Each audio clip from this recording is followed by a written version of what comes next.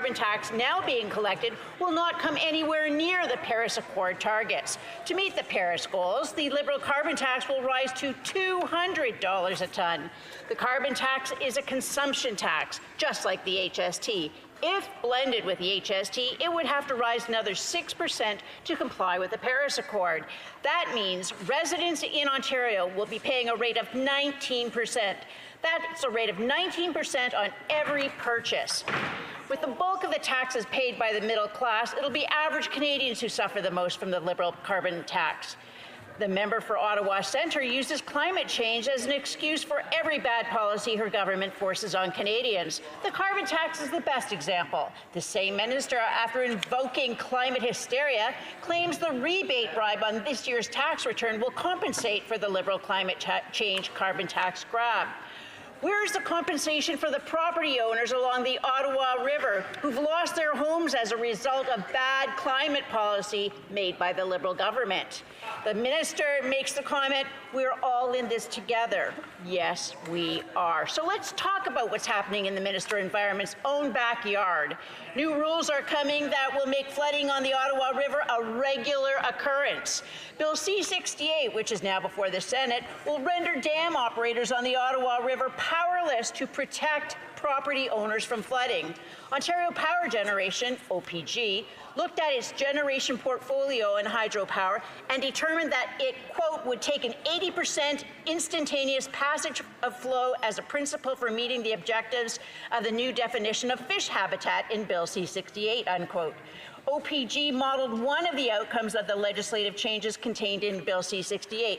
OPG testified before Parliament that had the new rules been in place during this year's flooding, quote, one of the outcomes was that the City of Montreal would have been under a meter more of water if we had not the ability to store water on the watershed because of flooding in the Great Lakes, unquote. What little authorities can do to control the Ottawa River levels will be removed by Bill C-68. And Raphael Audouin, President Water Power Canada and the Canadian Electricity Association add that, quote, if Bill C-68 is passed in its current form, its impact on our industry's ability to operate its current stations and build new ones will be catastrophic, unquote. While the Ottawa River flooding issue is a shared issue for Ontario and Quebec, as well as the federal government, Ottawa has legislative authority over all works connected with the same or in or on the rivers, waters of the river. That definition is written into legislation that gives responsibility for the Ottawa River to the federal government. I'm referring to an act respecting certain works on the Ottawa River, legislation, I might add, that has been on the books since 1870. It's a given, and everyone knows, the historic flood of 2019 has resulted in unprecedented financial losses and expense. Flooding victims have suffered much hardship and are angry and frustrated. Flooding victims are grateful for the help being provided by emergency response teams at all levels of government, including volunteers and soldiers from Garrison Petawawa. However, now is the time to start talking solutions, or 2020 will be worse than the flood of 2019. The Honourable Parliamentary Secretary to the Minister of the Environment. Mr. Speaker, I find it astounding to sit here at this hour of the evening to listen to so many falsehoods peddled by the honourable member. I'll give her the benefit of the doubt and assume that she believes them to be true, but I'd like to correct the record. Mr. Speaker, before I get into the specifics of her remarks, I'd like to just state, and it's shameful that I even have to start here, that climate change is real, that it's caused primarily by human activities, and that we have an obligation and an opportunity to do something about it. We know, based on the advice of world-leading experts in climate science and climate policy, that the most effective thing we can do to transition to a low-carbon economy is to put a price on pollution. But we also know that affordability for families in Canada is paramount. That's why we're returning the revenues to families directly, and 8 out of 10 families in the Honourable Member's province are going to have more money at the end of the year. She does not have to take my word for it. I'd invite her to read the report of the Parliamentary Budget Officer. If she can't find a copy, I will provide one to her gladly. It confirms not only what we've been saying, that 8 out of 10 families will be left better off at the end of the year, but the only families that will be out of pocket will be the wealthiest 20% of families families in any province where the federal backstop applies.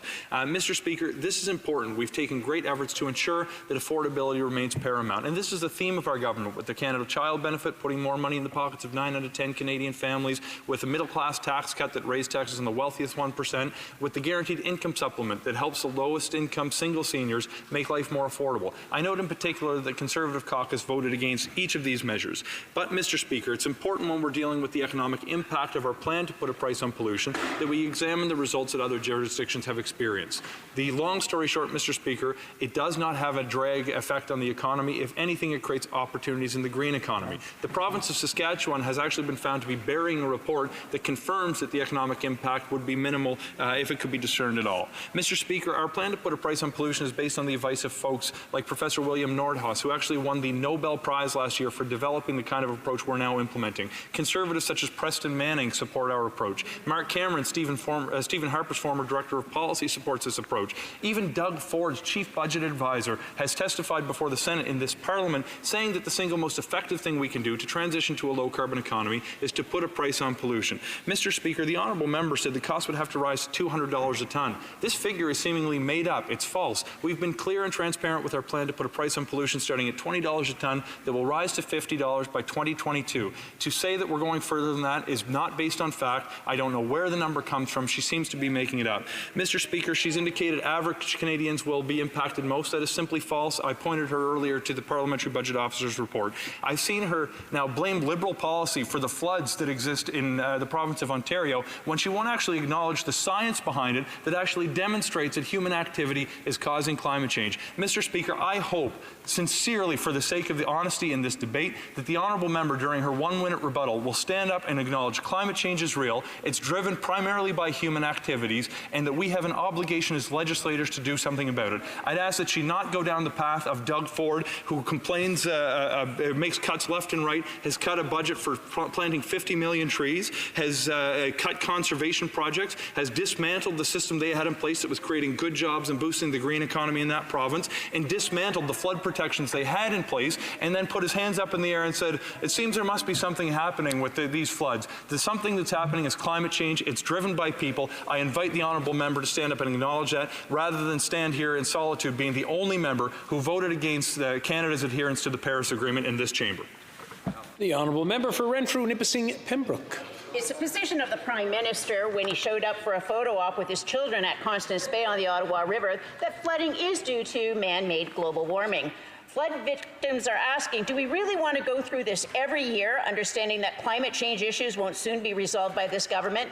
One thing we know for sure is that climate change is a world issue and not one caused by the flood victims. Given that the Liberal leader was quite happy to fly to Paris and give Canadian taxpayers dollars to help rebuild Notre Dame Cathedral and hand out millions in deficit dollars to respond to climate change in other countries, a just and equitable financial settlement for flood victims is reasonable. We're all in this together. It's time to look after the needs of Canadians. The Honourable Parliamentary Secretary. Mr. Speaker, the honourable member suggests that we're all in this together, but she seems to have put herself on an island by opposing Canada's participation in the global effort to reduce our emissions in order to protect our